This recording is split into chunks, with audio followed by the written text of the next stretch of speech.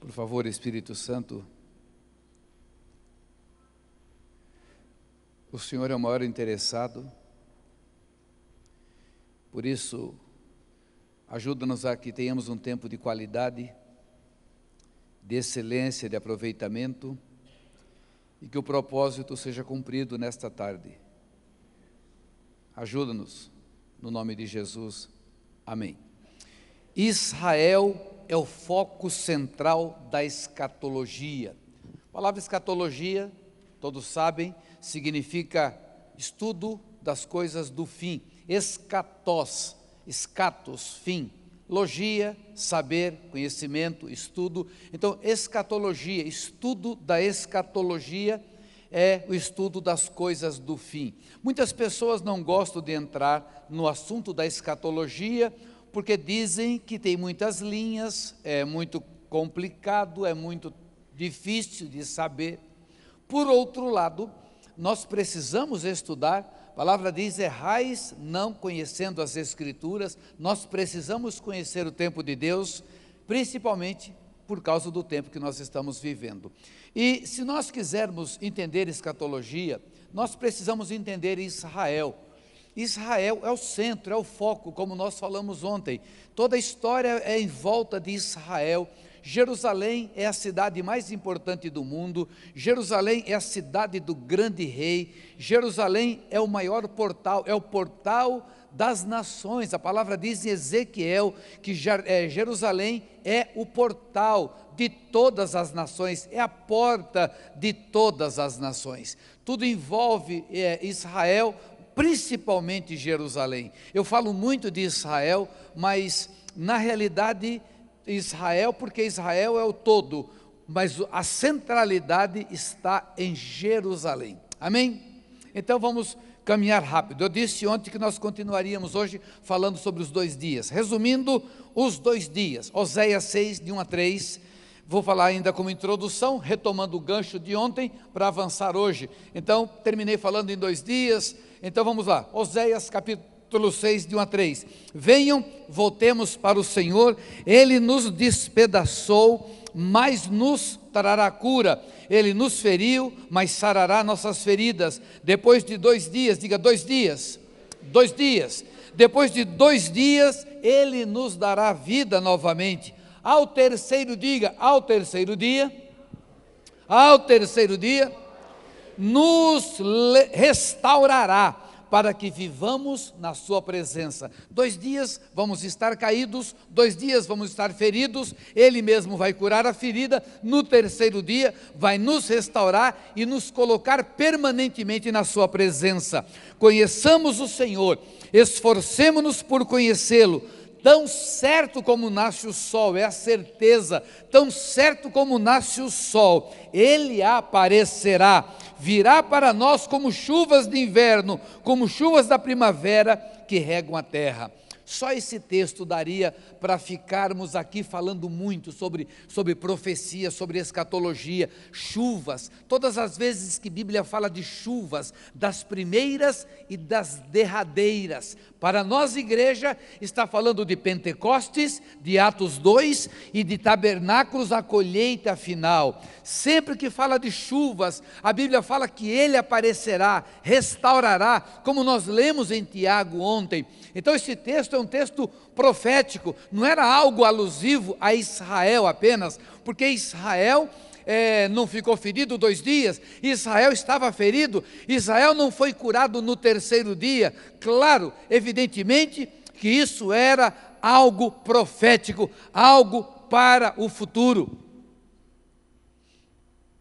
Então, 2 dias está falando a respeito de um tempo, está falando de um período em que Israel seria levantado, o povo de Deus seria levantado e estaria para sempre com o Senhor. Amém? 2 de Pedro capítulo 3, de 8 a 10 diz assim, 2 de Pedro 3, de 8 a 10, há todavia uma coisa, amados, que não deveis esquecer, que para o Senhor um dia é como 1000 anos, diga, um dia para Deus é como 1000 anos, e 1000 anos como um dia. Não retarda o Senhor a sua promessa, como alguns a julgam demorada. Pelo contrário, Ele é longânimo para convosco, não querendo que nenhum pereça, senão que todos cheguem ao arrependimento. Virá, entretanto, como ladrão, o dia do Senhor, dia com letra maiúscula, o dia do Senhor, no qual os céus passarão com estrepitoso estrondo, e os elementos se desfarão, abrasados, também a terra e as obras que nela existem serão atingidas. Uma das regras áureas regra áurea da hermenêutica é a arte de interpretar o texto bíblico. Então, a regra áurea da hermenêutica é que a Bíblia explica a própria Bíblia. Eu não posso buscar argumentos fora, argumentos filosóficos para tentar entender a palavra de Deus. Eu tenho que pegar textos, como diz a palavra de Paulo aos Coríntios, capítulo 2, eu preciso comparar coisas espirituais com coisas espirituais. Quando eu estou tentando fazer um discernimento espiritual, eu preciso comparar não com o natural, não com uma lógica aristotélica, eu tenho que pegar uma coisa espiritual, confrontar com outra coisa espiritual. Ou diz Paulo, nós não temos a sabedoria dos homens, mas a nossa sabedoria é a sabedoria de Cristo, é a sabedoria de Deus. E aí nós comparamos coisas espirituais com coisas espirituais. Já pegamos dois textos, um falando de 2 dias, falando da volta de Jesus, falando das águas, falando de primeira chuva, falando da chuva temporã, falando da chuva serôdia, e agora Pedro falando a respeito da volta de Jesus, que estava sendo considerada como demorada, e ele apresenta um argumento. Calma, a conta de vocês está errada. Me desculpe, um dia para Deus é como 1000 anos, e 1000 anos como um dia.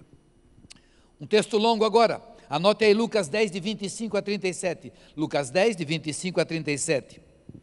E eis que certo homem, intérprete da lei, se levantou com o intuito de pôr Jesus à prova e disse-lhe, mestre, que farei para herdar a vida eterna? Então Jesus lhe perguntou, está escrito na lei, como interpretas? A isto respondeu, amarás o Senhor teu Deus de todo o teu coração, de toda a tua alma, de todas as tuas forças e de todo o teu entendimento, e amarás o teu próximo como a ti mesmo. Então Jesus lhe disse, respondeste corretamente, faze isto e viverás. Ele, porém, querendo justificar-se, perguntou a Jesus, quem é o meu próximo? Quem é o meu próximo? Jesus prosseguiu dizendo, certo homem descia de Jerusalém para Jericó e veio a cair em mãos de salteadores, os quais, depois de tudo lhe roubarem e lhe causarem muitos ferimentos, retiraram-se deixando semi-morto. Casualmente descia um sacerdote por aquele mesmo caminho e, vendo-o, passou de largo. Semelhantemente, um levita descia por aquele lugar e, vendo-o, também passou de largo. Certo samaritano que seguia o seu caminho, passou-lhe perto e, vendo, compadeceu-se dele. E, chegando-se, pensou-lhe os ferimentos, aplicando-lhes óleo e vinho. E, colocando-se sobre o seu próprio animal, levou-o para uma hospedaria e tratou dele. No dia seguinte tirou 2 denários, diga 2 denários, 2 dinheiros, 2 denários, tirou 2 denários e os entregou ao hospedeiro dizendo, cuida deste homem e se alguma coisa gastares a mais, eu te indenizarei quando voltar. Qual destes 3 parece ter sido o próximo do homem que caiu nas mãos dos salteadores? Respondeu-lhe o intérprete da lei, o que usou de misericórdia para com ele. Então lhe disse, vai e procede tu de igual modo. Esta parábola, essa história, ela é interpretada por muitas pessoas, e para mim, testifica no meu coração, uma mensagem de Jesus com relação ao tempo do seu ministério, ao tipo de ministério e as consequências e o resultado do seu ministério. Por exemplo, um homem ferido. Quem é o homem? O homem ferido. Ontem, quando eu comecei a minha ministração, eu disse que o nome de Adão é humanidade. Adão, humanidade. E na pessoa de Adão, toda a humanidade foi derrubada por causa do pecado. É por isso que a Bíblia vai dizer que Cristo é o segundo Adão. Cristo é a segunda humanidade restaurada. Só como um gancho, e eu não vou me perder, quando Deus cria o homem, Deus faz o boneco de barro, e levanta aquele boneco de barro, e Deus sopra no nariz do boneco de barro. E a Bíblia diz que o homem passou a ser alma vivente, ele recebe de Deus. A diferença de Lúcifer, a diferença dos anjos, é que os anjos foram criados perfeitos, mas o homem foi criado à imagem e semelhança de Deus. Em João 20, o Evangelho de João capítulo 20, quando Jesus ressuscita dos mortos, Jesus entra numa casa e estão ali os apóstolos, e Jesus chega falando, Shalom Aleinu, paz a vocês, paz. Da mesma maneira que o Pai me enviou em missão permanente, pela qual eu ainda sou responsável, eu envio vocês. Lembre-se, Jesus tinha andado com eles por mais de 3 anos e meio aproximadamente. Jesus ensinou tete a tete por 3 anos e meio. Mas Jesus tinha que morrer, Jesus precisava ressuscitar. Quando Jesus ressuscita, Ele cumpre a obra de Deus. Ele tem agora o resgate da chave da morte. Ele vai agora comissionar os discípulos. Ele entra e Ele comissiona, mas Ele faz algo muito interessante. Eu não sei se você já percebeu, a Bíblia diz que Ele sopra nos discípulos, igualzinho foi feito lá no começo da história da humanidade. E quando Jesus sopra nos discípulos, os discípulos foram recriados naquele momento. É por isso que Efésios capítulo 2 fala que Jesus criou uma nova humanidade, Jesus criou um novo Adão. Dos dois ele fez um, ele criou uma nova humanidade. A igreja é uma nova humanidade. Então, antes os discípulos, se eles morressem, os salvos iriam para o céu pela fé, como Abraão, mas eles ainda não tinham sido recriados. Eles foram recriados depois da ressurreição de Jesus, depois que Jesus faz o resgate pela queda, por causa do pecado, Jesus faz o resgate ao Pai, com o seu sacrifício, Ele agora, novamente, Ele cria uma nova humanidade. É por isso que a palavra diz, de Paulo aos Coríntios, e assim, se alguém está em Cristo, nova criação é, não é nova criatura, ali no original é, se alguém está em Cristo, nova criação é, as coisas antigas se passaram, eis que tudo se fez novo. Então, a partir do momento que nós entregamos a nossa vida a Jesus, nós somos uma nova criação. Então, esse texto, quando fala que o homem estava ferido, era o Adão, era a humanidade. A humanidade foi ferida, foi saqueada. Por quem? Por salteadores. Quem são os salteadores? Satanás. A Bíblia diz em João 10:10, ele veio para roubar, matar e destruir. Então, quando vou interpretar a parábola, eu encontro aqui o homem ferido, a própria humanidade, ferido por quem? Por Satanás, que é o ladrão, é o único ladrão, é aquele que veio matar, roubar e destruir. Mas fala também que tinha um sacerdote que passou, o sacerdote viu o homem caído e passou de largo, talvez na nossa linguagem hoje, passou batido, passou longe, para não se comprometer. O sacerdote e o levita, que eles representam a religião formal. A religião formal não tem o que fazer para o homem ferido. A religião formal como instituição, como organização, não tem nada o que fazer. Então, e quem é o samaritano? Quem é o samaritano? A Bíblia diz em Isaías 53 quem é o samaritano. Quem deu crédito à nossa pregação, a quem se manifestou o braço do Senhor, porque ele foi crescendo como um renovo numa terra estranha. não havia beleza nele para que nós o desejássemos. Ele foi desprezado, ele foi maltratado, ele foi ferido. Por causa das nossas transgressões, ele foi esmagado. Agradou-se o Pai esmagá-lo para ver o resultado do seu sacrifício. Quem era o samaritano? Era aquele homem que tinha 30 anos e parecia com 50. Pô, você não tem nem 50 anos ainda e já viu Abraão? Jesus é o samaritano. No período de Jesus, o samaritano era um povo desprezado. Os judeus mudavam a rota para não passar por Samaria, porque o samaritano era alguém desprezado, era um povo misturado, o povo que foi misturado nas guerras,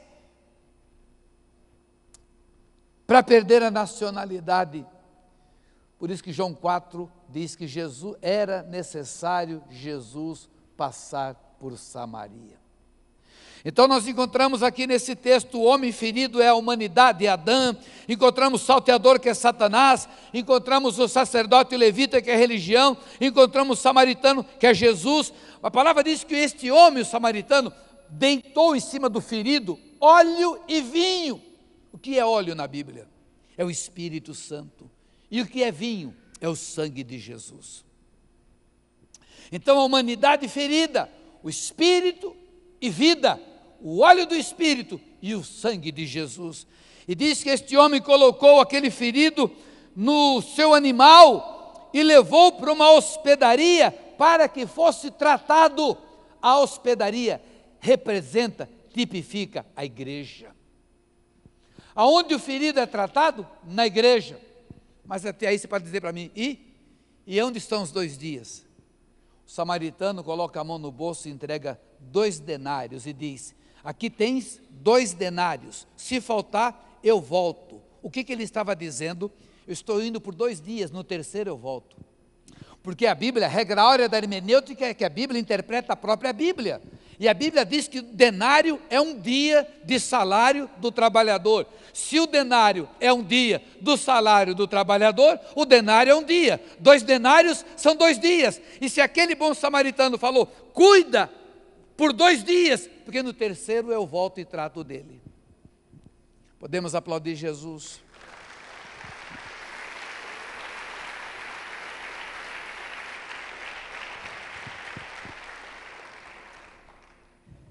Terceiro dia é a volta do bom samaritano.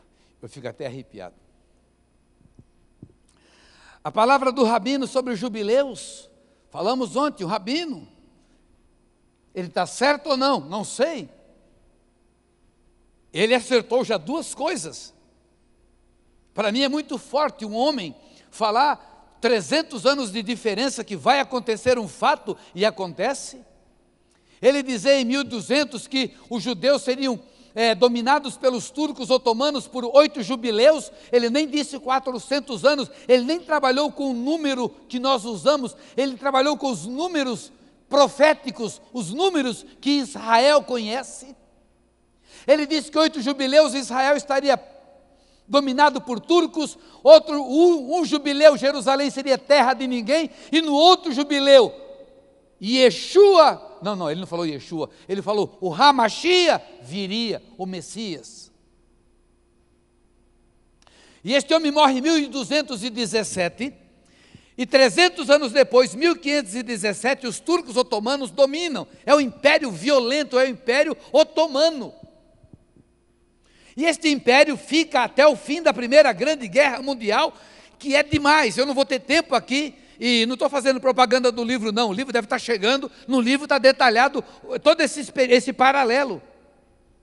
Quando o pastor disse que é um mestrado, gentilmente elogiando, mas o livro é um trabalho de mestrado. Eu tenho mestrado e esse livro, com outro título, com outra formatação, mas é um trabalho de mestrado. Ali nós vamos mostrar todos os sinais históricos, todos não, os principais, todo mover histórico em Israel, um sinal profético na igreja. Então, esses 8 jubileus, estes 400 anos, de 1517 a 1917, como é que este rabino ia saber disso? E ele acertou, porque explodiu eclodiu, a Primeira Guerra Mundial termina em 17, e não é coincidência, porque fatos aconteceram em 1897, que não dá para tratar, está no livro, 1897, 1907, depois 1917, 1947, 1967. Então, fatos históricos em Israel e um mover na igreja, porque Israel é o centro, é o foco da escatologia. Então esse rabino acertou 8 jubileus, mas ele acertou mais. Ele disse que o jubileu seguinte, ou seja, os próximos 50 anos, Jerusalém seria sem dono. Por que sem dono? Porque um pedaço era de Israel, e outro pedaço, por muito tempo, foi da Jordânia. E vamos dizer assim, se é que tem um pedaço, você não consegue dividir um coração e dizer qual parte do coração é importante. Tudo é importante. Só que a parte do muro ocidental, o Cótel, que é o chamado Muro das Lamentações, estava na mão dos jordanianos. E na guerra de 67, quando Israel foi se defender, porque Israel só se defende, Israel não ataca. O exército de Israel é FDI, Força de Defesa de Israel. É exército de defesa, ganha porque o braço de Deus está com Israel. Então, quando Israel foi se defender na guerra dos 6 dias, retomou Jerusalém. Cumpriu novamente a palavra desse rabino chamado Samuel. Então ele acertou os 400 anos, acertou os 50 anos. Agora eu não sei se ele vai acertar os outros 50, mas ele disse que o outro jubileu, que completa agora em 2017, o Messias de Israel haveria de vir. O Messias de Israel é o nosso Jesus Cristo. O Messias de Israel é o nosso Jesus Cristo. Ele está voltando. Ele está voltando. Se você crê, dê um forte aplauso a Ele.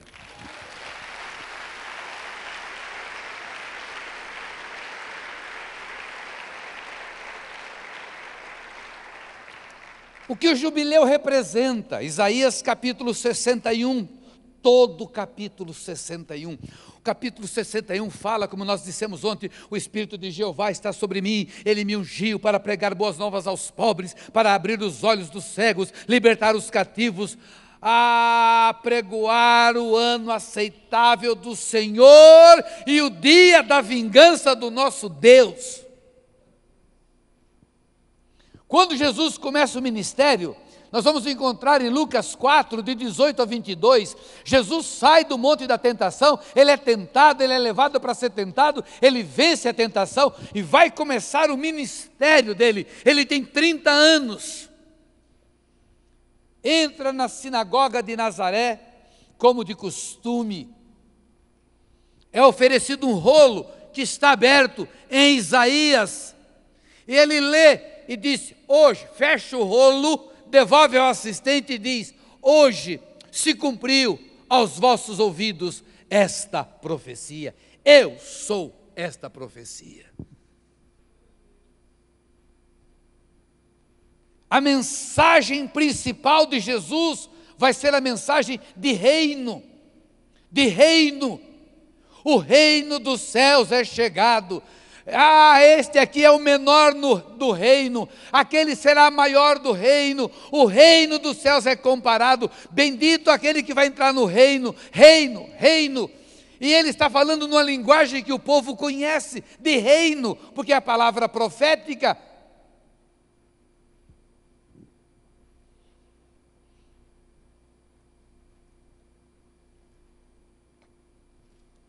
Mateus capítulo 24, todo o capítulo 24 fala da mensagem escatológica. Mateus 24, a palavra diz que os discípulos olham para o templo e falam para Jesus: olha que templo lindo. E Jesus fala: bom, não vai ficar pedra sobre pedra, isso é forte demais. Como? É o templo do Deus vivo, é o único lugar onde Deus se manifestava em todo aquele tempo.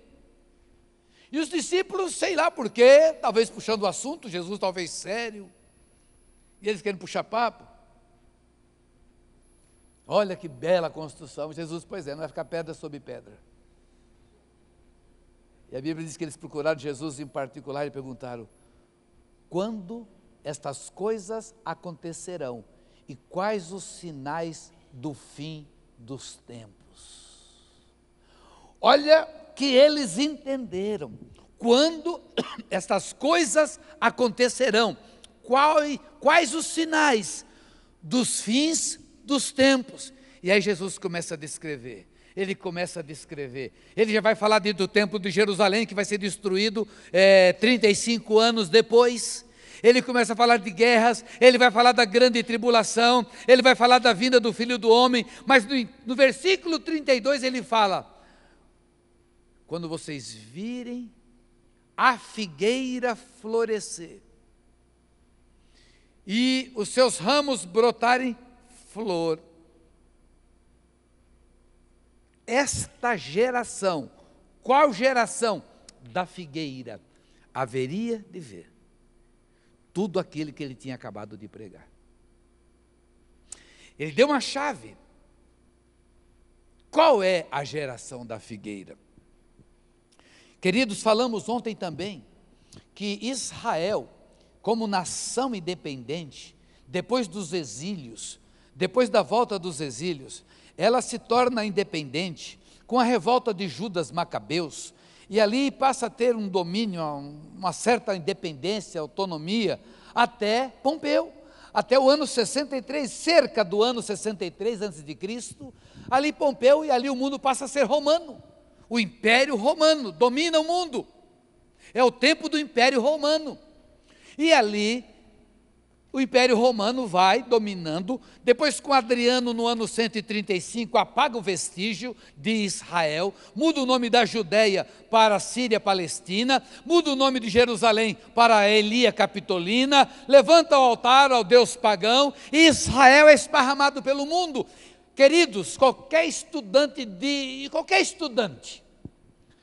pessoa que estude um pouquinho, história, qualquer coisa, sabe que um povo não sobrevive por mais de 500 anos se não tiver os símbolos, se não tiver a terra, se não tiver a língua. Uma das estratégias dos conquistadores da antiguidade é pegar e misturar o povo.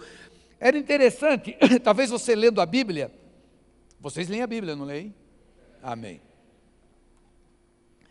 Você deve achar estranho quando, por exemplo, Senaqueribe fala assim: se entregue ao nosso rei, nós vamos dar a mesma coisa para vocês em outra terra, nós vamos dar uma terra boa, com alimento, com tudo. Agora, alguém poderia dizer: mas espera aí, se aqui tem o que a gente precisa, se aqui nós temos a comida, se aqui temos a água, por que ele vai nos levar para outro lugar que vai nos dar comida e água? Bom, primeiro é que era mentira, mas segundo é que os reis misturavam os povos para quebrar a nacionalidade, para quebrar a fibra.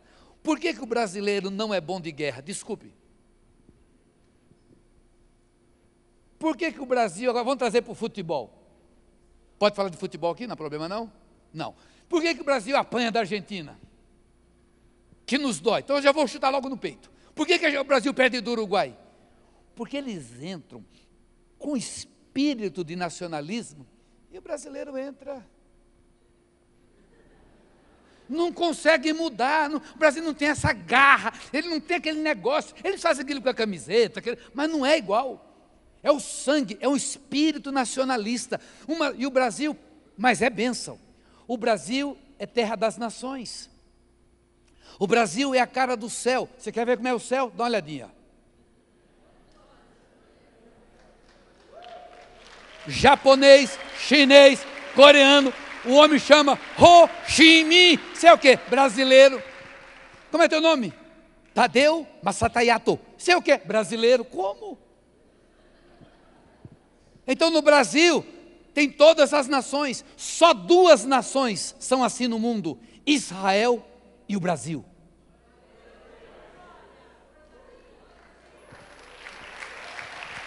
Então você vai lá em Israel, você vê o judeu negro, você vê o judeu chinês, você vê o judeu japonês, você vê o judeu russo, tem até judeu cearense, é o meu caso. Então, o que eles faziam? Mistura para quebrar a unidade. E Israel foi esparramado pelas nações, esparramado depois de destruição. Como é que Israel sobreviveu 2000 anos, 2 dias? Como? Um dos maiores mistérios eu vou dizer para vocês. Claro, foi o poder de Deus, mas você vai se assustar, porque nós fazemos uma brincadeira e eu vou dizer para vocês, nós já fizemos muito isso com a igreja. No passado a gente fazia essa brincadeira, a gente ia para uma pizzaria e todo mundo, aquele monte de gente da igreja, os jovens, nós íamos para lá e contávamos uma coisa que combinava o seguinte: a gente contava uma historinha curta para esse aqui ia passando para o outro. Quando terminava, a história era outra. Você fala o abacaxi, da madame chuchu, não sei o quê. Quando voltava era o chuchu da madame abacaxi, a história mudava. O judeu foi preservado na tradição oral, de pai para filho, não tinha o material, os livros destruídos, os livros queimados, eles se casavam entre si, o povo não se misturava, por um milagre de Deus, essa nação foi preservada. O fato de Israel existir é um milagre de Deus. Tradição oral. Símbolo não tem, a nação não existe, o hebraico foi esquecido, o hebraico passou a ser usado só nos serviços religiosos, quando podia fazer, porque por 2000 anos o povo judeu foi morto por ser judeu. Um dos maiores homens da história da igreja, Martinho Lutero, que é um dos cabeças da reforma protestante. Olha quando a pessoa tem revelação. A igreja, o povo judeu foi massacrado, a partir de Adriano massacrado, depois tudo que acontecia no mundo era judeu massacrado. Matava gato, porque gato era animal de bruxa, proliferava os ratos, dava peste bubônica, mata judeu. Abalava a economia, os judeus são culpados. Então tudo era pretexto para matar judeu em toda a história, mormente na Idade Média, nos anos, a partir das cruzadas, a partir da primeira cruzada promovida pelo Papa Urbano II em 1092, é uma matança de judeus, mata judeus. O primeiro gueto, a gente pensa que foi Hitler, o primeiro gueto não foi Hitler não, foi já nos anos 1400, no ano 1215, no concílio de Latrão. Essa estrelinha amarela que a gente via que Hitler botava, não foi invenção de Hitler não, foi invenção da igreja, da nossa igreja, porque não tinha protestante não, era uma igreja só. Separar num gueto foi a igreja.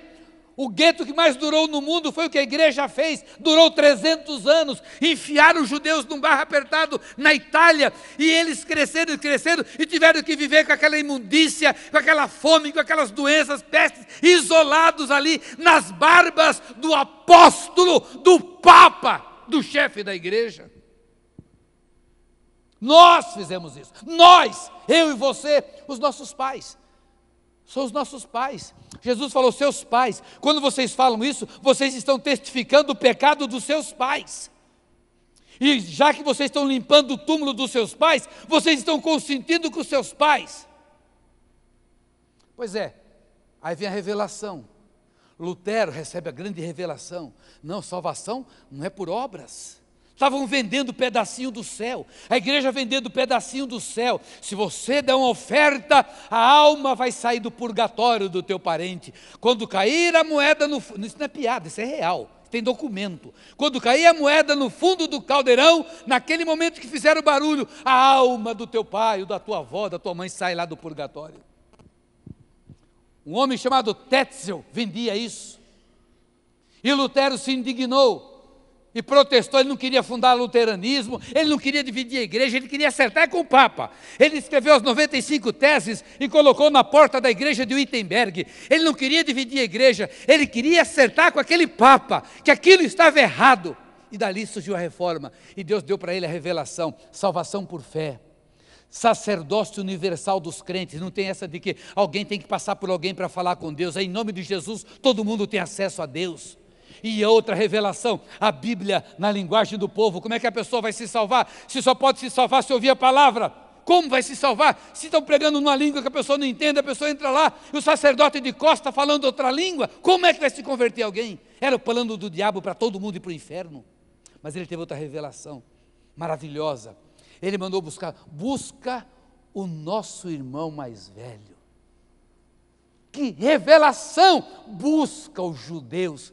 Eles são os nossos irmãos mais velhos. Só que não conseguiu, do jeito que ele queria, não conseguia. Ele queria trazer o judeu para dentro da igreja, não tem jeito, não tem jeito. E lamentavelmente ele faz uma declaração, e o pior da declaração, ele escreveu. Ele falou: mata esta raça, toca fogo nas suas sinagogas, e quando essa sinagoga virar cinza, joga a terra em cima, acaba com seus livros, acaba com esta raça. E escreveu isso nos anos 1500. Hitler usou esse material para trazer a igreja da Alemanha para o seu lado. Todas as vezes que entra um mover, nós somos levados a Israel. Porque as igrejas neopentecostais, você vai, ama Israel, tem a bandeira de Israel. Será que é só moda? A pessoa nunca viu nada de Israel, ela é renovada imediatamente. E por que a igreja que não gosta tem problema com Israel?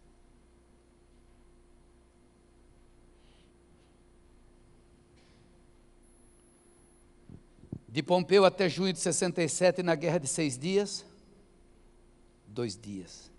Queridos, nós não sabemos o dia exato da volta de Jesus. Ninguém sabe, ninguém pode marcar, mas nós somos obrigados a conhecer os tempos de Deus. A palavra diz em 2 Crônicas 12:32, havia na tribo de Issacar 200 príncipes que conheciam os tempos de Deus. Eles não trabalhavam no serviço de meteorologia, eles também não eram sociólogos, como alguns tradicionais dizem, eram sociólogos, eles eram profetas. Porque a palavra diz que eles sabiam o tempo de Israel entrar e sair, sabiam o tempo de Israel avançar e recuar. Jesus fala: vocês conhecem, vocês olham para o céu e conhecem se o céu está vermelho ou se não está, se vai chover e não vai chover. Vocês têm que conhecer o tempo. Olha, os campos estão brancos para a colheita. E não era tempo de colheita. Ele não estava falando de colheita de trigo. Ele está falando do espiritual. Nós precisamos conhecer o tempo de Deus. Nós precisamos estar pronto caso Jesus volte amanhã. E temos que trabalhar de tal maneira como se Jesus não fosse voltar na nossa geração. Nós temos que ser meio doidos. Aliás, nós somos doidos. Nós somos ETs, extraterrestres. Não esses demônios que aparecem de disco voador. Não, esses daquela cabeça esquisita, com aquele olhão cheirando enxofre. Não, nós somos do outro reino. Nós somos do reino do eterno, do ancião de dias. Nós estamos aqui. Estamos passando como peregrinos. Peregrinos. Tem gente que não quer sair daqui, mas vai sair. Tem gente que está gostando tanto. Foi falado por uma pessoa uma ocasião: Jesus está voltando. Ele disse: não seja tão pessimista. Olha, um crente. O camarada estava adorando a vida dele aqui. É por isso que Paulo fala: combati o bom combate, acabei a carreira, guardei a fé, mas desde já tenho certeza que o justo juiz está guardando o meu tesouro, o meu depósito, e não somente a mim, mas a todos aqueles que amarem a sua vinda. Eu estou casado há 40 anos, e as pessoas, minha esposa estava dando um testemunho, e alguém lá na faculdade disse: como é que é viver 40 anos? E alguém botou não sei se foi no Twitter ou foi no Face, alguém falou assim: apóstolo, estou com 1 ano e meio de casado, falta só 38 anos e meio, como é que eu faço? Amando a noiva, 1 ano de cada vez. E nós estamos 40 anos, e é um parto para ficar longe. A gente faz um ritual quando não sai os dois juntos. É uma agonia. E a gente continua tendo assunto para conversar. E nós não só conversamos, não.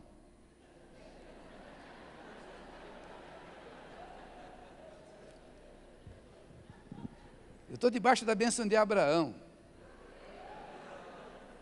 O homem e a mulher de Deus podem descansar. Os jovens fecham os ouvidos por enquanto, mas o homem e a mulher de Deus podem descansar. Porque se nós estivermos em Deus, descansa. Descansa. Aleluia. Aleluia. Como é que alguém é noiva e não ama o noivo? Como é que alguém não fica contando a hora do noivo voltar? Como é que alguém não espera ansiosamente a vinda do noivo? Diz assim, não seja pessimista, ele não está voltando não. Ó. Uma das marcas de um crente consagrado é ser apaixonado pela volta de Jesus. A igreja que ama a espera da volta por Jesus é uma igreja santa. Pode observar a igreja carnal, a igreja que não quer saber disso. Não, já não existe isso, já passou, vai ficar tudo do mesmo jeito. Vê o ambiente.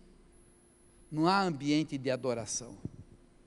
Porque o noivo, ele é ansioso para vir. A última palavra de Apocalipse, o Espírito diz, vem. O noivo, a noiva, vem. Quem tem sede, venha. É paixão para o casamento.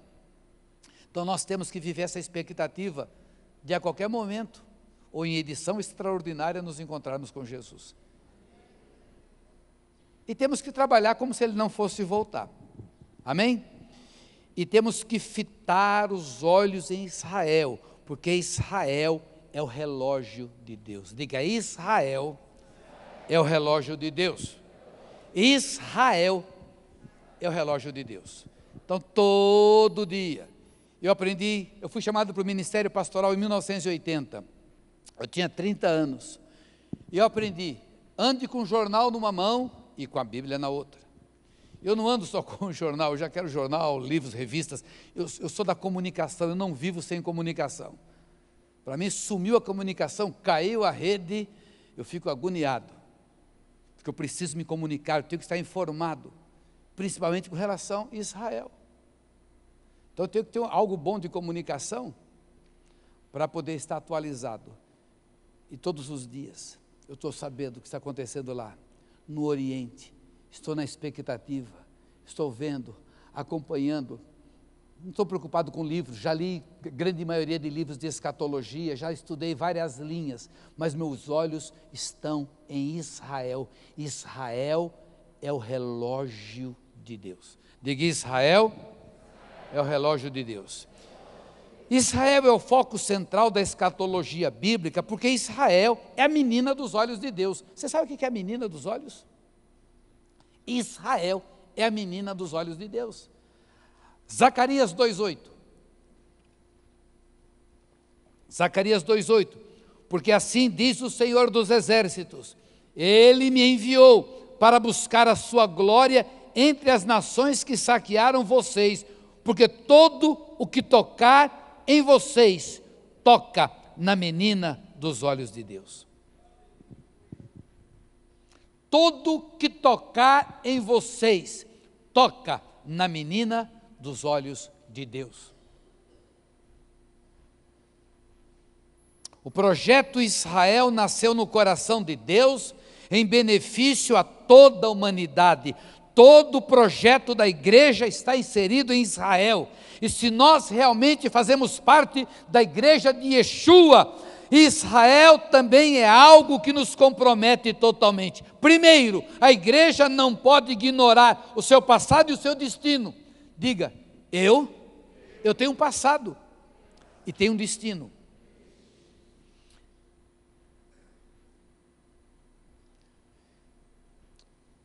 Esse assunto de tempo é meio complicado na nossa cabeça.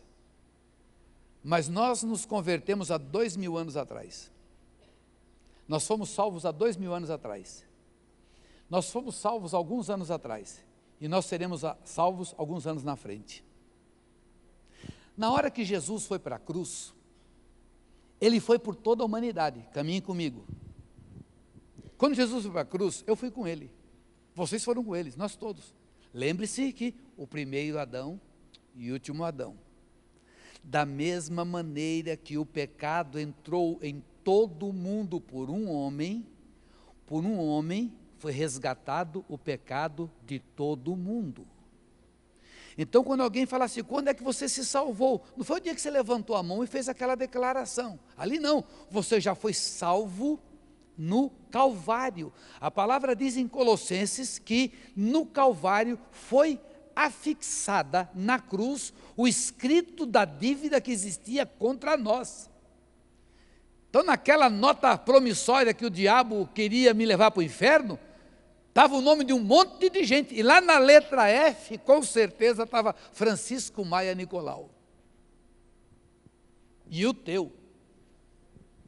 Aleluia. No dia que você teve consciência, entregou sua vida a Jesus, você foi salvo. Você já tinha sido salvo, você fechou a aliança aqui. E o dia que você entrar nos céus, você vai ser salvo definitivamente.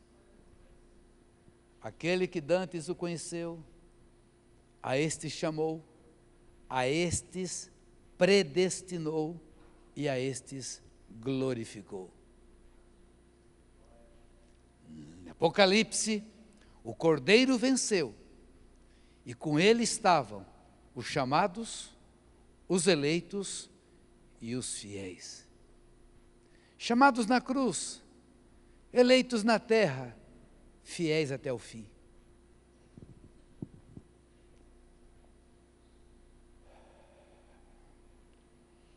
Efésios capítulo 2, 20 e 22 diz, edificado sobre o fundamento dos apóstolos e dos profetas, tendo Jesus Cristo como a pedra angular, no qual todo edifício é ajustado e cresce para tornar-se um santuário santo no Senhor. Nele vocês estão sendo edificados juntos para se tornarem morada de Deus por seu Espírito. Então aquele templo que existia no Antigo Testamento, existe hoje. Nós somos um edifício vivo, nós somos um prédio que anda. Este prédio não é a igreja, lindo desse jeito, mas não é a igreja. Este prédio lindo abriga a igreja de Jesus, porque a hora que vocês saem daqui, aqui vira só um prédio, lindo, mas a hora que vocês estão entrando, entra o edifício vivo, entra a morada do Deus vivo, e o altar não está aqui, entra com cada um de vocês. O rio não está descendo dali de trás, está brotando daqui de dentro. E a presença não vem no prédio, a presença vem sobre nós. Aplauda o Senhor.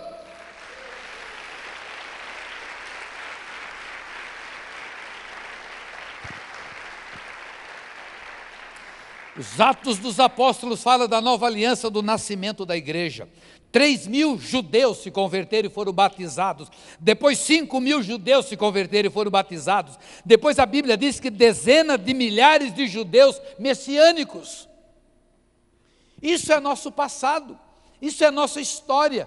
Eu não sou um cachorro que caiu de um caminhão de mudança e estou perdido sem saber para onde eu vou. Eu tenho um passado, eu tenho uma história, eu tenho pedigree.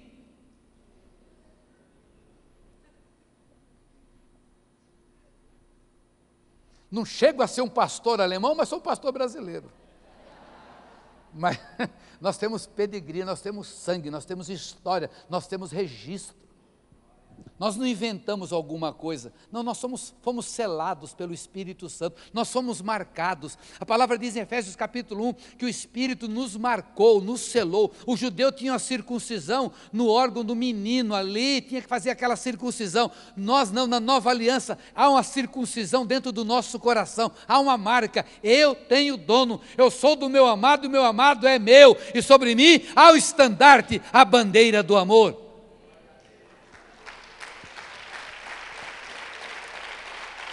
Só que eu também tenho um futuro, e é bom saber que eu tenho um futuro, porque o diabo, ele ama jogar na tua cara o teu passado. Percebeu que o diabo lembra toda hora do teu passado? Quando o diabo lembrar do teu passado, lembra o futuro dele. Fala, eu era, não sou mais, o meu futuro é o céu, agora você, o lago de fogo te espera.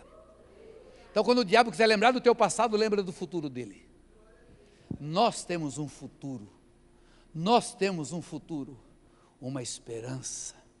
Jeremias, eu tenho planos para vocês, para vos dar um futuro, para vos dar uma esperança.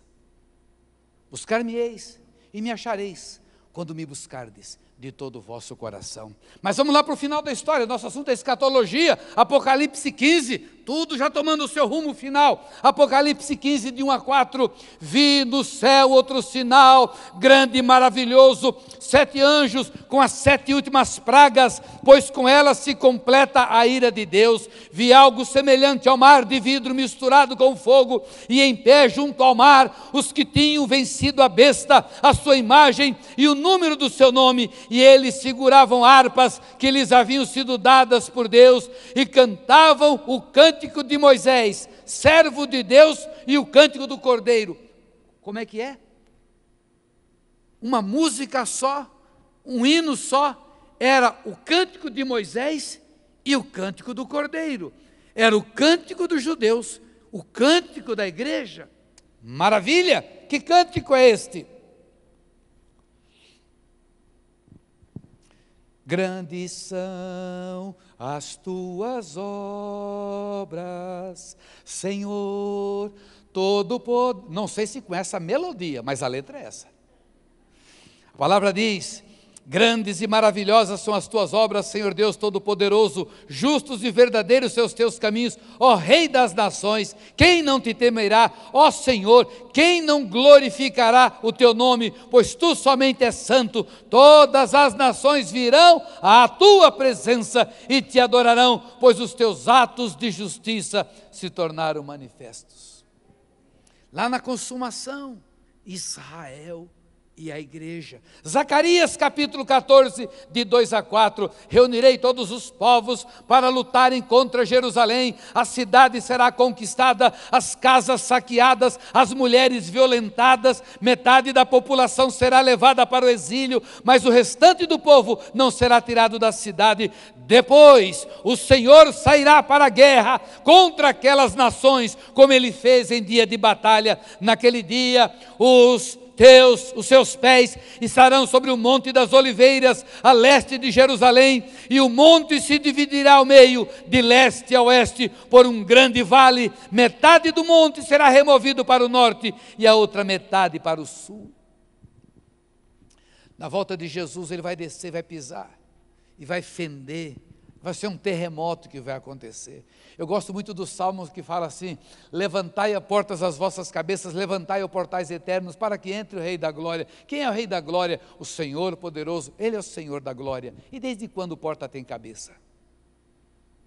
E muitas pessoas pensam que esta porta é aquela porta do portão dourado em Jerusalém, que é fechadinha com tijolo, e foi fechada com tijolo, porque ali o Messias tinha que entrar. Aí os inimigos de Israel botaram um cemitério, porque o Messias não pode pisar em lugar profanado, em lugar de morto, então ele não vai poder entrar. Eles não creem no Messias, mas de qualquer maneira fizeram um cemitério para o Messias não entrar por ali, como se aquela portinha que se você der, até o Kung Fu Panda, se bater naquele negócio lá, derruba aquele murinho.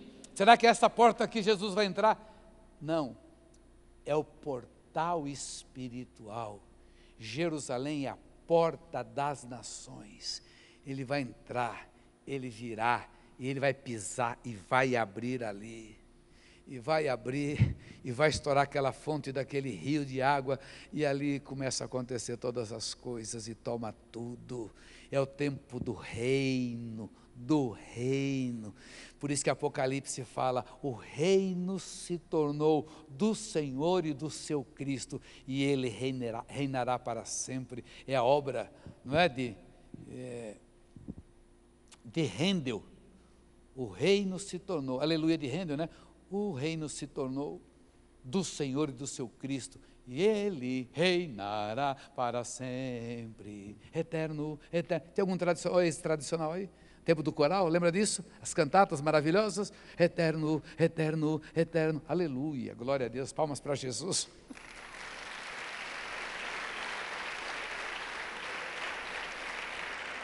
As promessas de Deus a Israel são eternas. Romanos 11, todo Romanos 11, se algum irmãozinho incrédulo falar assim, Israel é Velho Testamento, Israel é Velho Testamento. Você abre a Bíblia em Romanos 11, todo Romanos 11, estão ali todos os fundamentos neotestamentários a respeito de Israel. Como o meu tempo é curto, eu só vou ler o versículo 25 a 36, porque os dons e o chamado de Deus são irrevogáveis. Se você tem um dom e um chamado, você não vai perder. Você pode até entregar, você pode até desistir, mas Deus não te toma. Às vezes a gente fica vendo, né? Às vezes a pessoa tem um dom e ele acaba falhando e continua operando, porque Deus não toma o dom. Lá um dia vai se acertar, mas Deus, aquilo que Ele deu, Ele não toma de volta. Como Deus é bom, como Deus é bom. As suas misericórdias são a causa de não sermos consumidos. Ela se renova cada manhã, grande é a sua benignidade.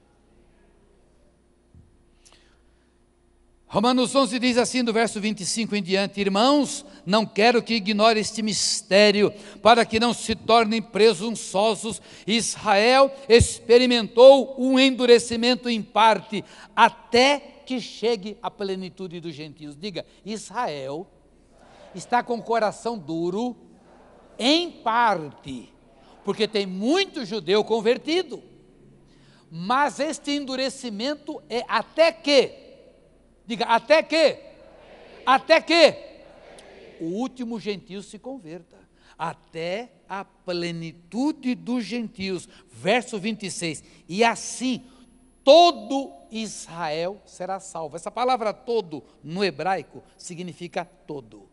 Essa palavra todo no grego significa todo. Então se ela fala todo Israel será salvo, é porque todo Israel será salvo. Não, eu estou falando isso porque tem gente que me incomoda. Apóstolo, como assim todo? E eu sei lá quem, se Deus falou que é todo, é todo. Mas eles vão entrando assim, o pessoal tem um problema com Israel, que não é brincadeira. Eu já tenho uma resposta para eles, quando vem me incomodar com isso. Como vão entrar todos? Meu irmão, sabe o que vai acontecer? Todos vão se converter ao mesmo tempo. Como? É como diz a Assembleia de Deus, os irmãos da Assembleia. É mistério, não é mistério. Mas o que acontece é que eles já são preparados. Eles já estão preparados. É questão de revelação. Eles têm a Bíblia. A Bíblia foi feita para eles. O próprio texto fala o que vai acontecer com eles. Vou continuar. E assim todo Israel será salvo, como está escrito, virá de Sião Redentor, que desviará de Jacó a impiedade. E esta é a minha aliança com eles, quando eu remover os seus pecados. Quanto ao Evangelho, eles são inimigos por causa de vocês. Para que a gente pudesse entrar, Deus endureceu o coração deles. Você vai querer perguntar isso aí, meu? Vai querer perguntar? Vai querer questionar a bênção? Quando Deus te abençoa, não fica perguntando por quê. Entra e usufrui da bênção. O pastor reservou um quarto para mim, um quarto para o pastor Ranieri. A gente sempre está acostumado com os dois no mesmo quarto. Ele falou, por que um quarto? Aí ele mesmo respondeu, olha, a gente não pergunta quando Deus abençoa. Ele está num quarto ou no meu. Eu imagino que é porque só tem cama de casal, e não tem jeito, né? Ali era para casal, então ele fica no... Mas é um exemplo. Deus abençoou, não pergunta. Deus endureceu o coração deles para eu entrar. Agora que eu estou dentro, vou ficar questionando? Não, eu entrei. Aleluia, glória a Deus. Oh, maravilha, não entendo como. Eles estão lá há séculos. Graça e misericórdia. 3 surpresas no céu. Diga ao seu vizinho, você se surpreenderá quando lá chegar. Se alegrará quando me encontrar lá. Espero te ver no céu. Diga ao seu vizinho, eu espero te ver no céu. Se você crê que vai se encontrar lá, aplauda o Senhor.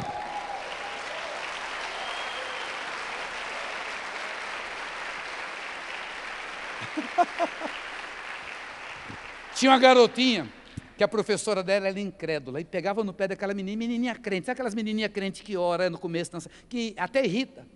E um dia a professora falando com ela, e a professora para provocar, falou para a menina, você acredita realmente que O peixe engoliu, Jonas engoliu. Engoliu. Como? A menina, não sei. Quando eu for para o céu, eu vou perguntar para ele.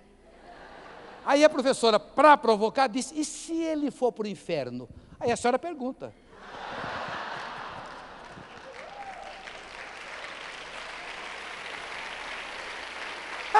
Simples assim. Lá eu pergunto, se for para o inferno, você pergunta. Esta é minha aliança quando eu remover os seus pecados. Quanto ao evangelho, eles são inimigos por causa de vocês, mas quanto à eleição, são amados por causa dos patriarcas, pois os dons e o chamado de Deus são irrevogáveis, assim como vocês, que antes eram desobedientes a Deus, mas agora receberam misericórdia, graças à desobediência deles, assim também agora eles se tornaram desobedientes, a fim de que também recebam agora misericórdia, graça à misericórdia de Deus para com vocês, pois Deus colocou todos debaixo da desobediência, para exercer misericórdia com todos. Quando Paulo tem essa revelação, ele não resiste e ele faz um cântico. Ó profundidade da riqueza, da sabedoria e do conhecimento de Deus, quão insondáveis são os seus juízos e inescrutáveis os seus caminhos. Quem conheceu a mente do Senhor? Ou quem foi o seu conselheiro? Quem primeiro lhe deu para que ele o recompense? Pois dele, por ele e para ele são todas as coisas, a ele seja glória para sempre. Amém!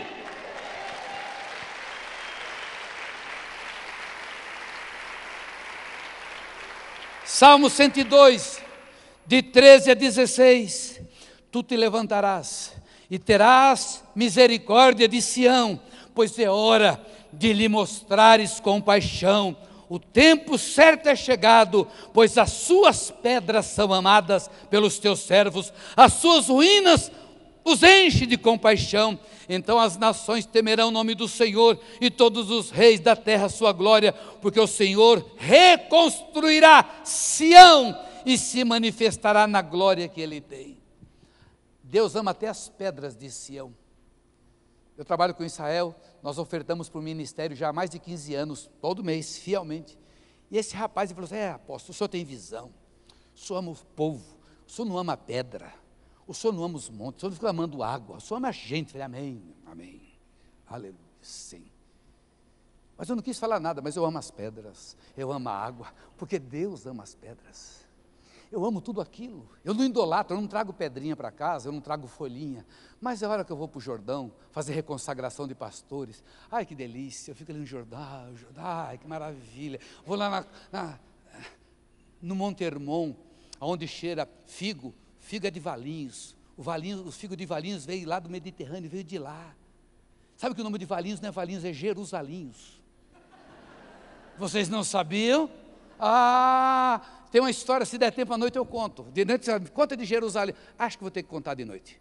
Eu acho que vou ter que contar, porque tem um negocinho que vai estar atrelado, eu vou falar o que é Jerusalinhos. Resiste, resiste, resiste, resiste. Deixa para de noite. Então vamos aqui.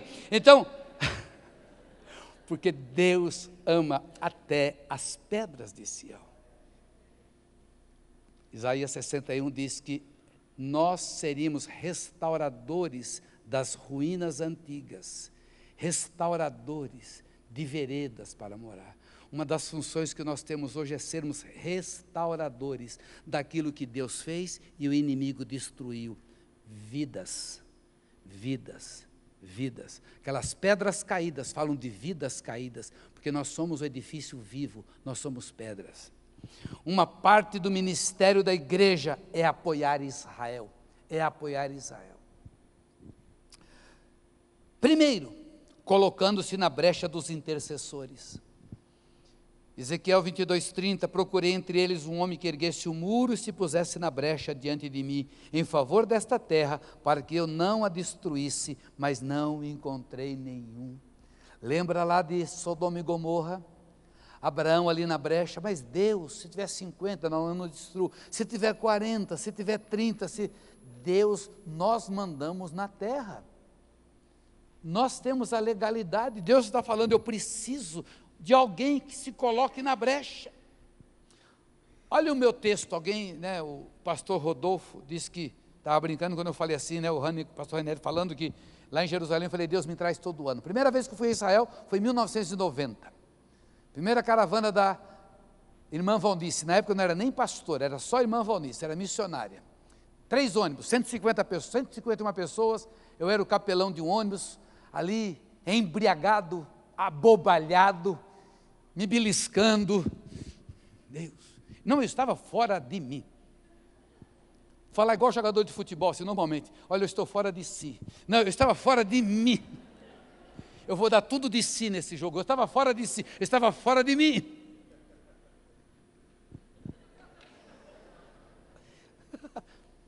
Deus. E aí alguém leu no Monte das Oliveiras esse texto. Aí tinha uma judia, fizeram um ato profético com aquela irmã, já faleceu. Aquela senhora se converteu antes de falecer, era a dona da agência. Eu ali, meu Deus, aqui é o Monte das Oliveiras. Alguns vão comigo lá, viu? Senti firmeza. Já deu. É, minha irmã? Estou sentindo pegar. É de Deus. Já está com a bênção do pastor. O pastor já abençoou. Oh, aleluia. Hoje à noite a gente já pega o nome. Pastor René, já pega o nome. Eu vejo tua mão ali. Eu vejo tua mão ali. Vai anotando os nomes. Os irmãos da recepção, por favor, podem recolher esse pessoal. Vamos anotar e orar. Então eu estava ali e foi lido esse texto. Esse texto marcou minha vida para sempre. Pelo significado profético e pelo entendimento do que é gerar no profético. Eu sou apóstolo, mas uns dizem que eu sou apóstolo mestre, mas eu me sinto apóstolo profeta. Se tivesse que escolher, eu seria profeta, porque eu amo o profético. O profético gera, o profético pega do coração de Deus e traz. Abre Isaías 62, de 1 a 7. Esse texto me pegou há 22 anos atrás, julho de 90. Primeira vez que eu fui. Olha só o texto, abra a sua Bíblia e acompanhe comigo. Por amor de Sião, eu não sossegarei. Vou ler até devagar. Por amor de Sião, eu não sossegarei. Por amor de Jerusalém, não descansarei, enquanto a sua justiça não resplandecer como a alvorada, e a sua salvação como as chamas de uma tocha. As nações verão a sua justiça, e todos os reis a sua glória. Você será chamada por um nome novo, que a boca do Senhor lhe dará. Será uma esplêndida coroa na mão do Senhor, um diadema real na mão do seu Deus. Não mais chamarão abandonada, nem desamparada a sua terra. Você, porém, será chamada Efizibá, e a sua terra Beulá, pois o Senhor terá prazer em você, e a sua terra estará casada. Ou seja, Jerusalém, você vai se casar. Na linguagem judaica, casamento é a maior bênção. Casamento é a maior bênção, é a consumação do projeto de Deus. A mulher hebreia que não dava luz, ela entrava em pânico, ela entrava em desespero. Veja as mulheres da Bíblia, veja o caso da mãe de Samuel. E Deus fala para Jerusalém: Jerusalém, você é desprezado, é maltratado, mas vou mudar teu nome, você vai se chamar agora casada. Sabe por quê? Porque eu vou me casar com você. E agora aqui eu pego os irmãozinhos. Não há um versículo na Bíblia que fala que Jesus vai casar com a igreja, mas fala que vai se casar com Jerusalém. E Jesus só vai se casar com uma moça, e ela tem nome de Jerusalém. Não se desespere, nós somos a Jerusalém celestial, que desce ataviada do céu para se casar com o noivo Yeshua HaMashiach.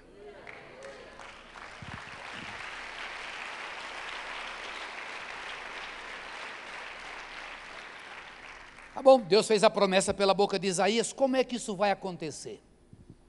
Como é que isso vai acontecer? Deus sabe, e Ele vai explicar. Assim como um jovem se casa com uma noiva, os seus filhos se casarão com você. Assim como o noivo se regozija por sua noiva, assim o seu Deus se regozija por você. Mas como isso vai acontecer? Verso 6: coloquei sentinelas em seus muros, ó Jerusalém, jamais descansarão dia e noite. Vocês que clamam pelo Senhor, não se entregue ao descanso, ao repouso, e não lhe concedam descanso, até que Ele estabeleça Jerusalém e faça dela o louvor da terra. A hora que eu escutei, me veio claro. Só tem um meio das coisas de Deus acontecer, sendo gerado. Então Deus fez promessa para Jerusalém e disse, sabe como é que isso vai acontecer, Jerusalém? Eu levantei atalaias e coloquei sobre os muros. Quem são os atalaias? São os intercessores. Só pode orar a Deus neste nível, quem não é crente pode orar pedindo salvação, mas para ser atalaia, só os filhos de Deus.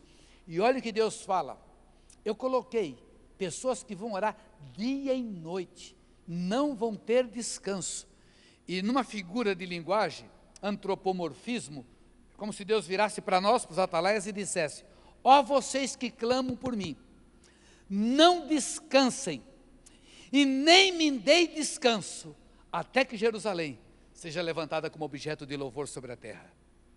Se Jerusalém não foi levantada ainda, como objeto de louvor sobre a terra, eu não tenho descanso, e eu não vou dar descanso a Deus, até que isso aconteça. Diante disso eu falei, Pai, as pessoas pedem tantas coisas, naquele tempo eu não tinha nada, menos do que hoje. Eu não tinha minha casa, tinha um carrinho bem simplesinho. Deus, nada me interessa, me traz para cá todo ano. Quero trazer pessoas, quero trazer pastores, quero trazer líderes para passar esse amor que o Senhor colocou no meu coração por Israel. Era 90, não tinha essa cultura de todo mundo subir agora para pessoas com chamados, outros com um assobio, cada uma, está todo mundo subindo. Uns chamaram o chamado de Deus, outros escutaram assobio, outros escutaram o vento, está subindo, um para ganhar dinheiro, sei lá, mas estão subindo. Para mim não interessa, eu quero que todo mundo suba, seja qual for o motivo. Sobe, vai para lá, vai abençoar. Vai abençoar. E Deus tem nos levado, teve ano que eu não fui, mas teve ano que eu fui 3 vezes. Teve outro ano que eu não fui, mas fui 2 vezes. Mas de 90 até agora eu subi 18 vezes, sendo que 7 ou 8 com caravana, as outras 10, 9 ou 10 sozinho, podendo estudar coisas que me ajudam muito no meu ministério. E agora em setembro queremos subir pela 19ª vez, porque a igreja, ela tem que ter pelo menos fazer 3 coisas. Primeiro, orar. Orar é gerar o sobrenatural. Se as coisas de Deus têm que ser geradas, como é que vai acontecer se não for gerado pelos intercessores? Segundo, contribuir. Contribuir é operar no natural, é participar efetivamente. E terceiro, tem que subir a Sião. É ir além, é o apoio visível, é mostrar ao mundo o envolvimento real, levar divisas. Quando eu vou com um grupo para Israel, eu compro coisas pagando caro. Tem um mercadinho árabe, que eu também quero abençoar o árabe, então eu levo o pessoal lá naquela rua do mercado árabe e explico, olha, desse preço vocês pagam no máximo 1/3, pode pechinchar, porque é para pechinchar. Mas guarde um trocadinho para gastar lá na loja do judeu. E às vezes eu vejo o pessoal me cobrando um pouquinho mais caro. Eu falo, eu sei que você está cobrando mais caro, mas eu quero te abençoar, pode me enrolar. Eu estou sendo abençoado porque eu te abençoo. Uma vez eu fui só, peguei um táxi, eu sabia o preço. Quando chegou no aeroporto, era um táxi de um judeu, todo contente que era um táxi do judeu, e ele me enfiou a faca. Eu falei, rapaz, você é judeu me enfiando a faca? Eu falei, não, você está cobrando mais. Mas tudo bem, é para judeu. Já paramos no tempo das intifadas, no começo das intifadas, parar o ônibus na porta da loja e os olhos dos judeus saindo lágrimas, porque ninguém ia para Israel. Cada vez que eu vou para Israel, eu gasto com hotel, eu pago para o guia. Isso são divisas. Vou falar uma coisa para vocês, não sei se vocês já devem ter ouvido, quem não ouviu vai ouvir agora. Quando Jesus fala dos meus irmãozinhos, quando ele separa as ovelhas dos bodes, que fala assim, eu estava na prisão e vocês foram me ver, eu estava com fome, vocês me trouxeram comida, eu estava com sede e vocês me trouxeram água. E aí, mas nós não fomos visitá-lo na prisão, nós não fomos levar pão e água, todas as vezes que vocês fizerem isso aos meus pequenos irmãos, vocês fizeram a mim. A gente costuma aplicar isso para a igreja, não tem nada a ver com a igreja, ali tem a ver com Israel.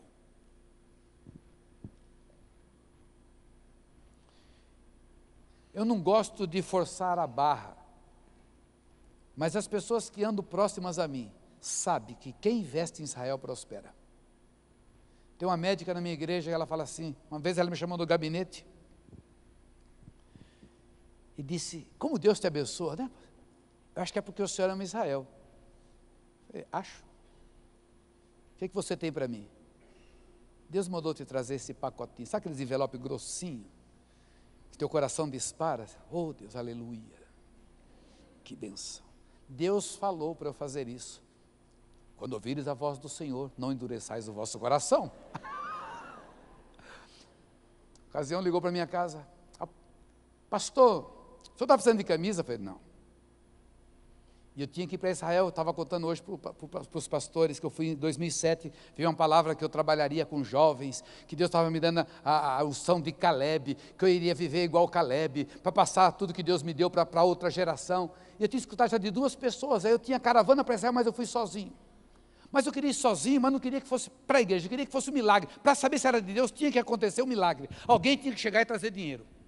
E sem caravana é caro. Nossa caravana é $3.390, é pichincha, 6, 7 mil reais. 15 dias em Manaus, você gasta isso. Nós vamos para a Itália e para Israel. De graça, tudo pago. Bom, mas se você vai sozinho, você precisa dos 10 mil, no mínimo. E eu falei, Deus, se é do Senhor, por favor, move as pessoas. Toca o telefone no dia de manhã. Pastor, o senhor está precisando de camisa? Não, eu sonhei dando uma camisa para o senhor. Falei, não, pois eu não estou precisando de camisa. Roupa, não estou. Sou louco de brincar com Deus, eu sei como é que Deus trabalha nesse negócio comigo. Tem que ser legal, a coisa tem que ser legal. Você pode pegar um negócio e perder outra coisa tremenda que Deus tem, depende do teu coração.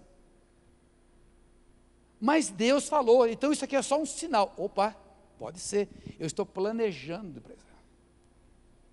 Quanto fica? Eu falei, a passagem. Eu sei que dava, no lugar que eu ia me hospedar, lá, casa de oração, ficava 6 mil reais. Espera um pouquinho que eu vou ir na sua casa. Falei, oba, já começou. É uma parte da oferta. Aleluia. Ela chegou, entendeu? Minha esposa, ela falou assim, começou a fazer o cheque. 6 mil? Isso foi 2008. Falei, é? Ela preencheu o cheque. E deu. Minha mão não ia para pegar. Fiquei tão maravilhado, minha esposa falou, pega que é a tua bênção. Eu falei, aleluia. Vou para a reunião, na igreja, tem uma irmã que senta nesse lado assim, no banco de trás, aposentada, o dízimo acho que eram 50 ou 60 reais na época. Estou lá dirigindo a reunião, ela vem vermelha, branca, veio a vermelha, com um pacotinho na mão. Eu sei que eu precisava de mais uns 2 mil e pouco para completar. E ela pegou e falou assim, Deus mandou trazer isso aqui para o senhor. O que é isso? Mas dinheiro, pacote. Eu falei, meu Deus, isso aqui deve ser tudo nota de 1, 2. Mas eu conheço. Senhora, eu sei quanto ela ganha. Eu orei pela aposentadoria. Mas de qualquer maneira, não sou tolo. Peguei meus diáconos, vamos subir para o gabinete e deixar o culto em andamento. Quando eu abri o pacote, 5 mil reais. Ela... aposentadoria, veio alguma coisa, o pai vendeu, algum negócio e deu para ela, e ela trouxe para mim. Eu falei, me responda, isso é dízimo? Não, não é dízimo, Deus mandou dar para o senhor, porque tem que saber o que é da igreja e o que é para você. Eu falei, meus irmãos, o negócio é o seguinte, deixa agora abrir o jogo. Tenho um pedido para Deus, de quem é esse dinheiro? É do senhor, eu não preciso, dá meus 2 mil e pouco para ficar o resto de oferta.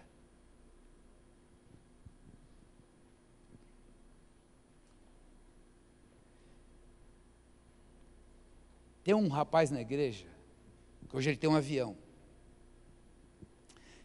E logo quando a igreja começou, dia do culto, apertado, na época, em 95, nós pagávamos 5 mil de aluguel do prédio, 5 mil, em Campinas. A casa pastoral era 2.200, em 95, há 17 anos atrás. E ele passou por mim e jogou uma chave. Deus mandou dar esse carro para você. Eu falei, não, não é assim não. Vá para casa dormir, vai orar, fala com a tua mulher. E no outro dia ele trouxe. E essa pessoa começou a prosperar, ele, a esposa, prosperar, sempre investindo na gente. Hoje ele tem um avião. Eu ainda não viajei. Porque ele tirou o brevet faz pouco tempo. E eu estou esperando ele. Mas ele já viaja. Deus mandou comprar esse avião para carregar o senhor para cima e para baixo. Mas, meu irmão, é mais barato pegar os aviões. Eu vou te levar de avião. As pessoas que investem em Israel, Deus prospera. Eu não costumo apelar, eu só estou dizendo, invista em Israel. Orai pela paz de Jerusalém. Prosperarão aqueles que te amam. Já levei pessoas para Jerusalém, pessoas simples. Uma senhora, na ocasião, levou banana da terra, pensando que não tinha dinheiro para lá. Falei, minha irmã, tem comida aqui. A irmã comendo a bananinha escondida, abriu aquele paninho assim, comendo aquela bananinha, banana desse tamanho. Já levei pessoas que venderam, um amigo que pediu a conta do emprego. Falei, meu rapaz, não faça isso, faço. Meu irmão, não faça isso, eu não apelo. Deus mandou pedir demissão. Eu falei, meu Deus do céu. E se esse rapaz não arrumar emprego depois? O outro vendeu o carro, o outro vendeu o terreno, e nenhuma dessas pessoas deixaram de ser abençoadas por Deus. Diga ao seu vizinho, até os povos que adoram o Deus que não é Deus, coloca no coração, pelo menos uma vez na vida, subir no seu santuário. Você tem que subir, pelo menos uma vez na vida, a Sião. Amém? Palmas para Jesus. Subir a Sião é ir além, é apoio visível, é mostrar ao mundo o envolvimento real. Pensa que é fácil o mundo atacar Israel, sabendo que tem milhares de estrangeiros?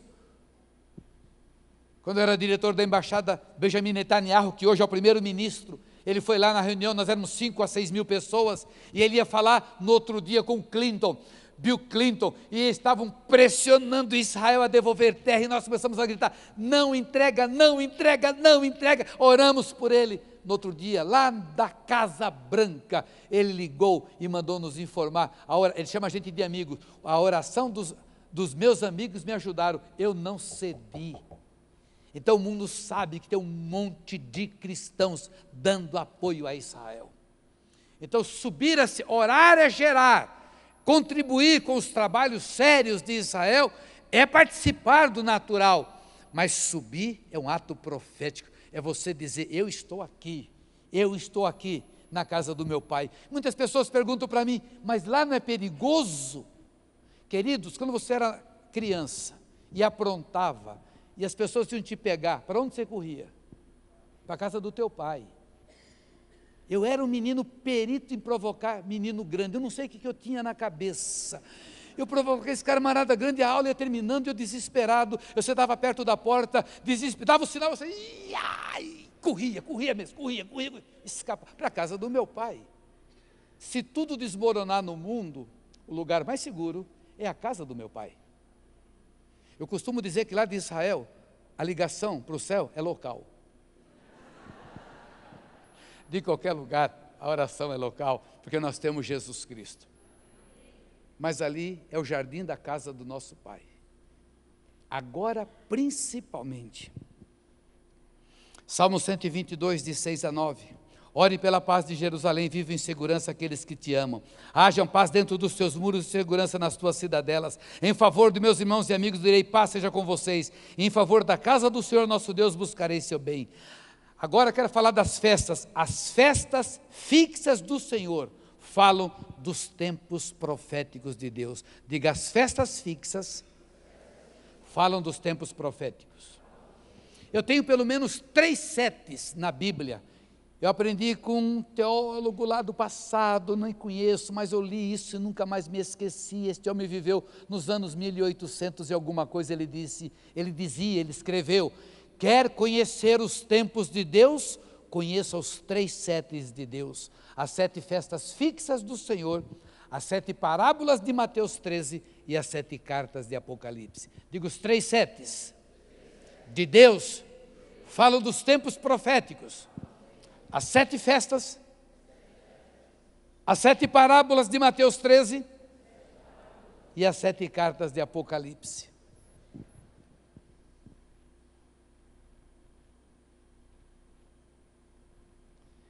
O meu relógio marca 17 horas e 7 minutos. Um breve intervalo e daqui a pouco nós retornaremos. Amém? Coloquemos-nos em pé.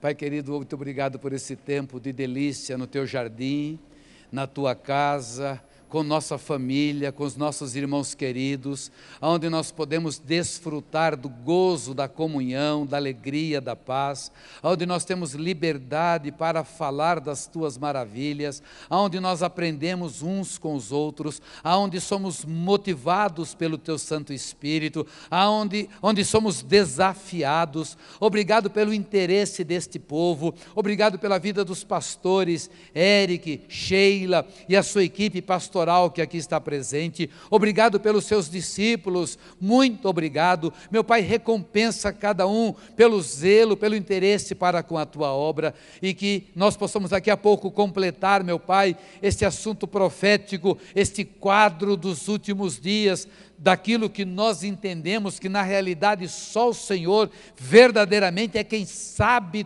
todos os pormenores, mas nós vamos tateando, como diz Paulo, como que tateando, buscando, discernindo as coisas espirituais, conferindo coisas espirituais com coisas espirituais, e o Espírito vai testificando em cada um de nós. Não queremos ser especuladores, nós não queremos ser inventores, nós não queremos reinventar a roda, nós não queremos inventar modismo, nós queremos estar preparados,